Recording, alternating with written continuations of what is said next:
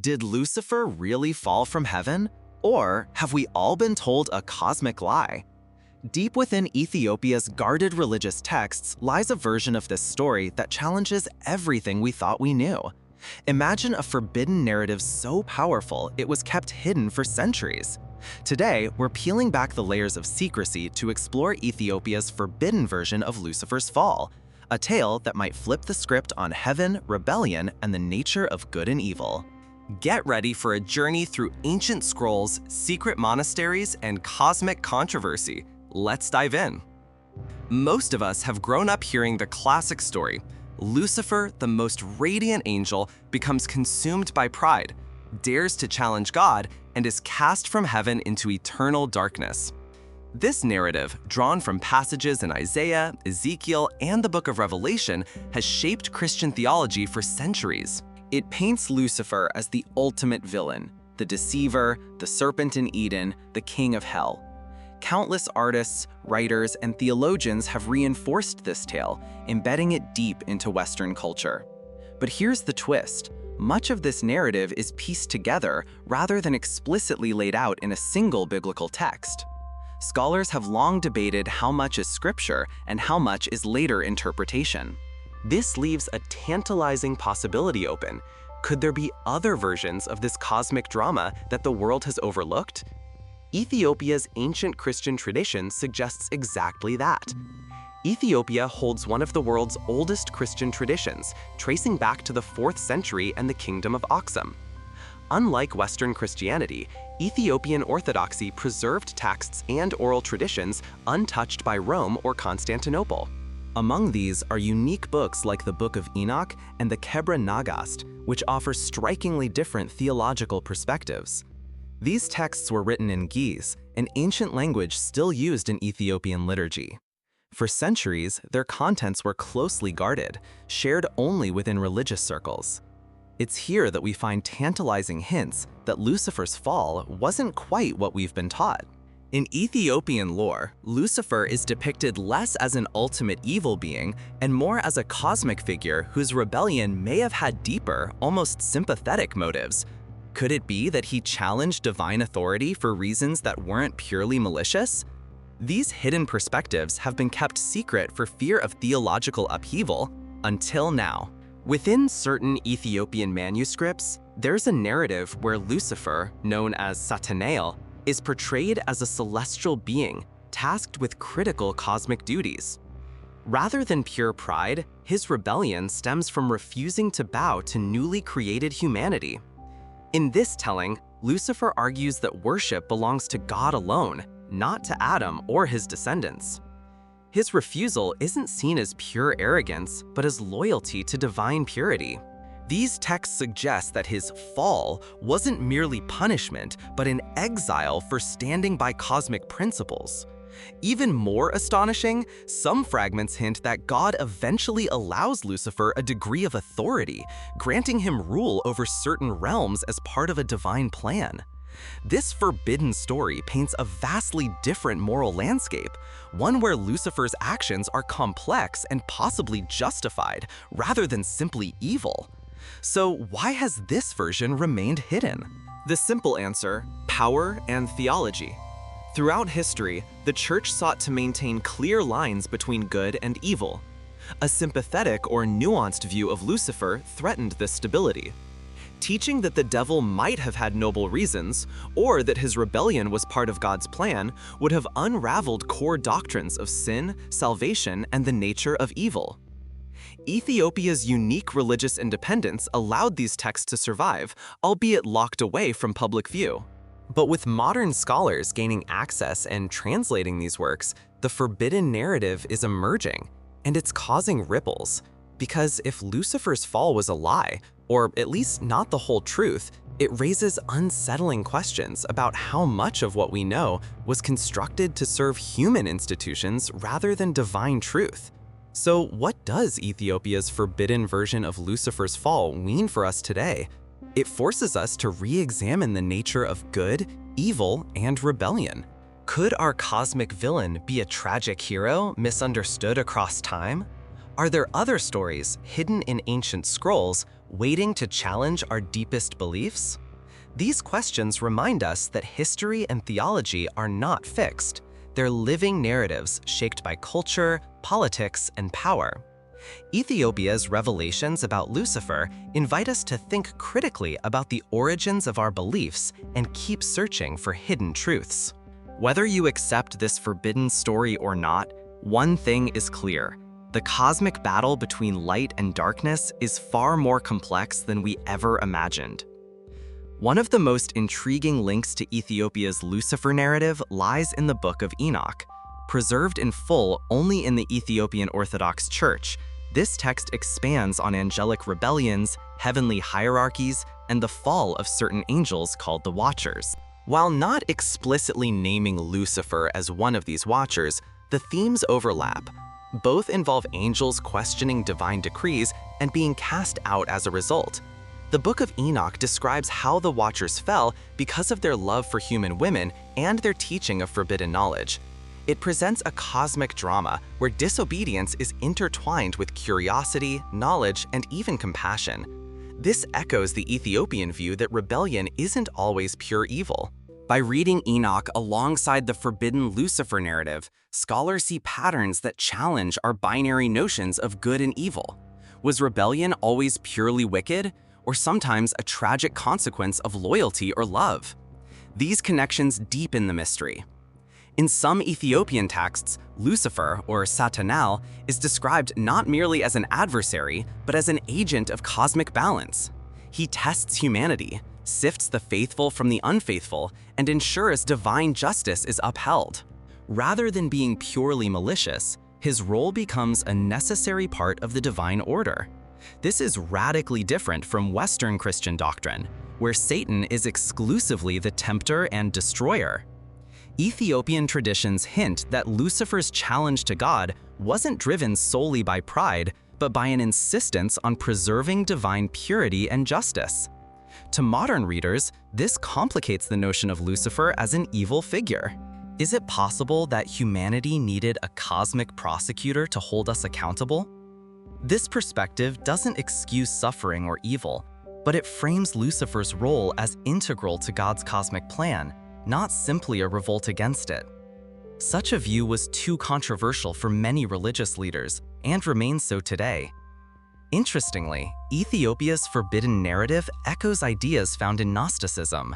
Gnostic texts from early Christianity often portrayed the divine realm as complex, filled with layers of beings, some of whom defied the supreme deity.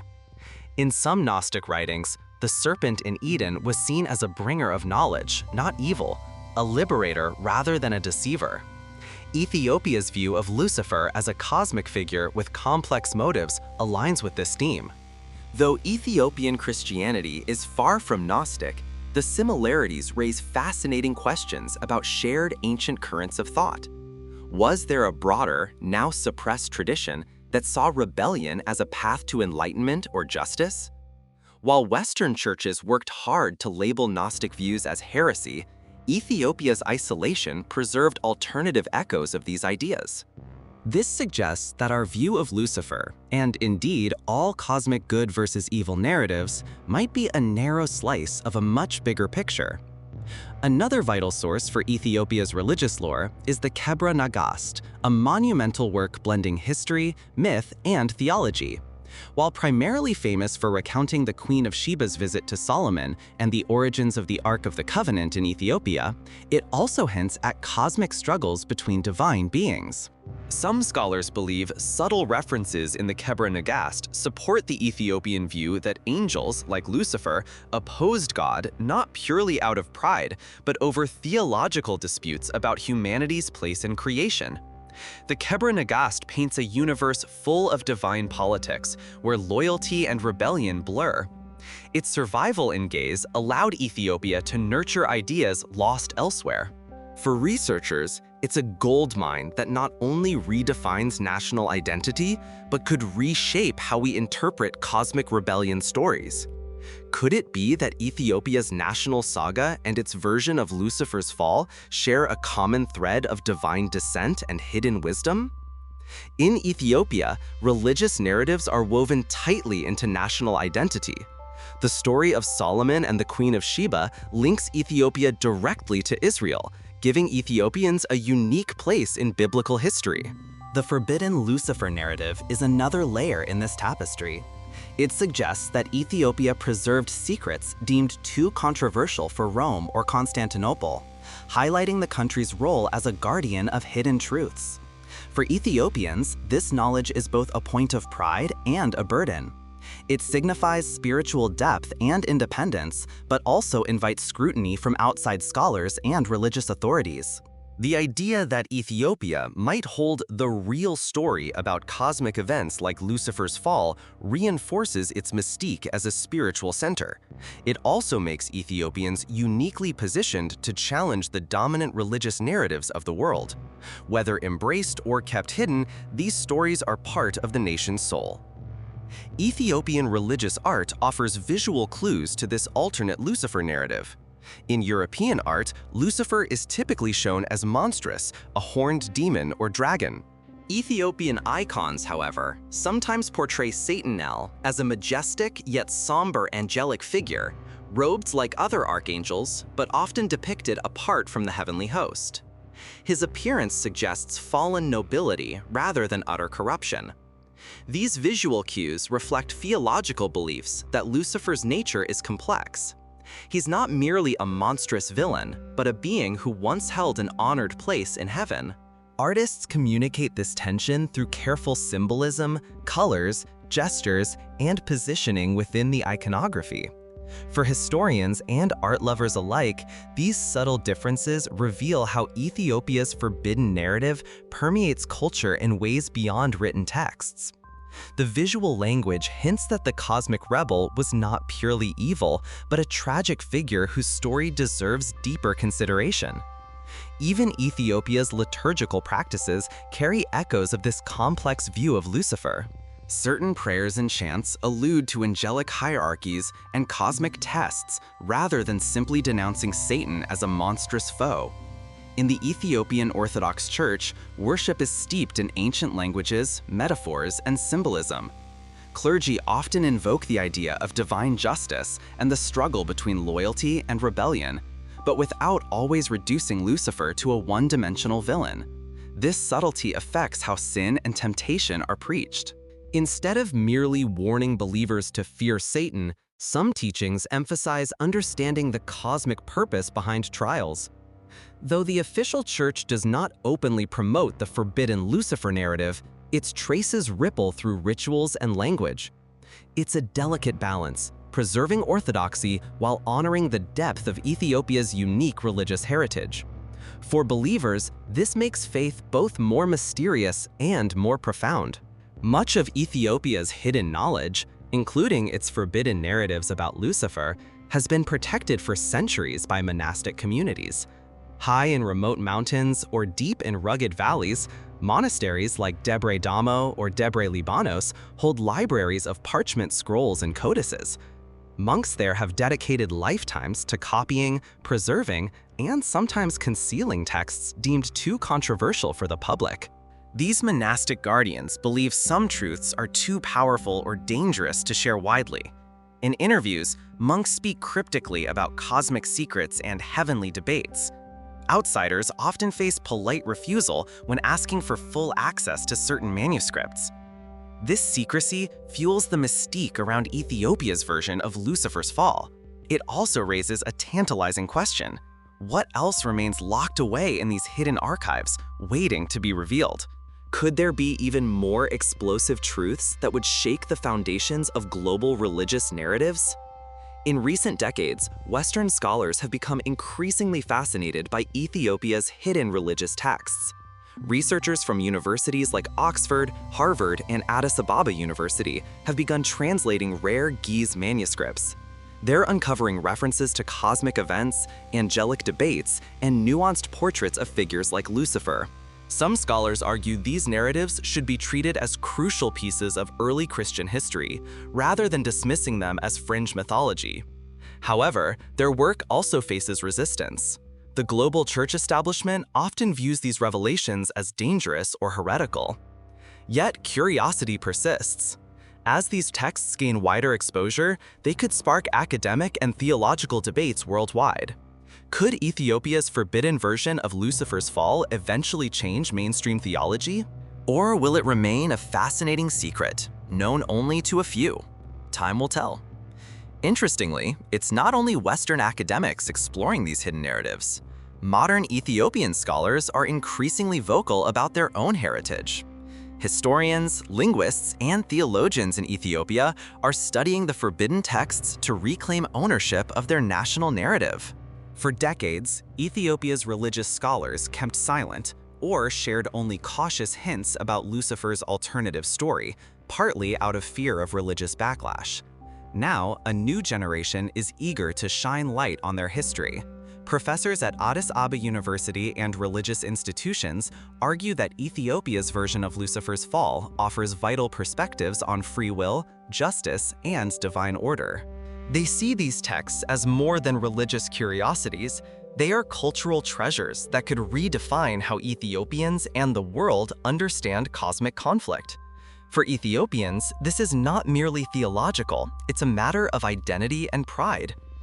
One key reason Ethiopia's forbidden narrative survived is the nation's unique geopolitical history. Unlike many regions in Africa, Ethiopia was never fully colonized. Italian attempts at conquest ultimately failed, and the country maintained its independence. This relative isolation preserved Ethiopia's religious traditions and sacred texts from European censorship or destruction.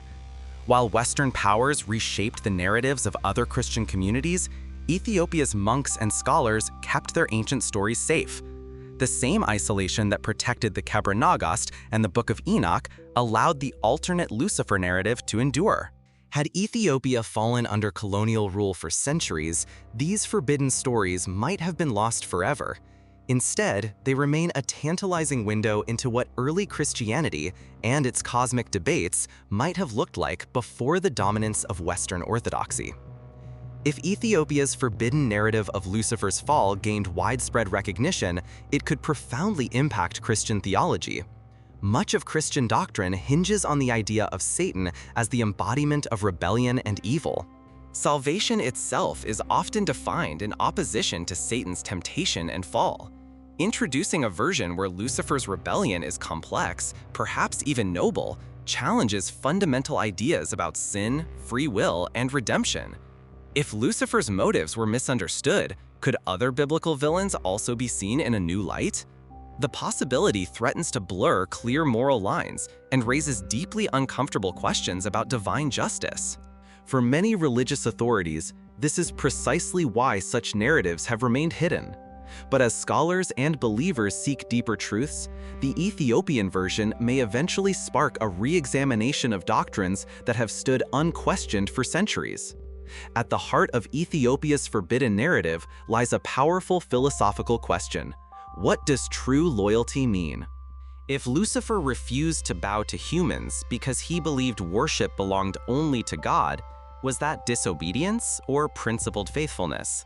This dilemma strikes at the core of free will, the right to choose between loyalty to conscience and obedience to authority. The Ethiopian version suggests that even celestial beings grappled with moral ambiguity. It portrays rebellion not as mindless evil, but as a possible consequence of free will. This nuance transforms Lucifer from a monstrous villain into a tragic figure, caught between duty and divine command. For believers and philosophers alike, this raises new questions. Does God value blind obedience or thoughtful dissent? The implications are vast, reaching beyond religion into ethics, law, and human rights. Curiously, Ethiopia's alternative view of Lucifer has unexpected parallels in Islamic tradition. In Islam, the figure of Iblis, often equated with Satan, refuses to bow to Adam, arguing that he was created from fire while humans were made from clay. His refusal is rooted in pride, but also in a belief in divine hierarchy. While Islamic theology condemns Iblis, it also preserves the notion that his rebellion stemmed from a dispute over worship and creation. Ethiopia's narrative echoes this theme, Lucifer as a figure who resists bowing to humanity out of devotion to God's uniqueness. Scholars are exploring whether early Christian and Islamic traditions influenced each other in the multicultural crossroads of Northeast Africa and Arabia. Such links suggest that Ethiopia's version isn't an isolated anomaly, but part of a broader, ancient debate about divine order and free will. Modern pop culture has already begun reshaping Lucifer's image. TV shows like Lucifer, movies, and books often depict him not as pure evil, but as a charismatic, misunderstood anti-hero. Ethiopia's forbidden narrative dovetails perfectly with this trend. It presents Lucifer as complex, intelligent, and driven by motives beyond mere rebellion. This overlap raises fascinating possibilities. Could the growing popularity of alternative Lucifer portrayals pave the way for wider acceptance of Ethiopia's hidden narrative?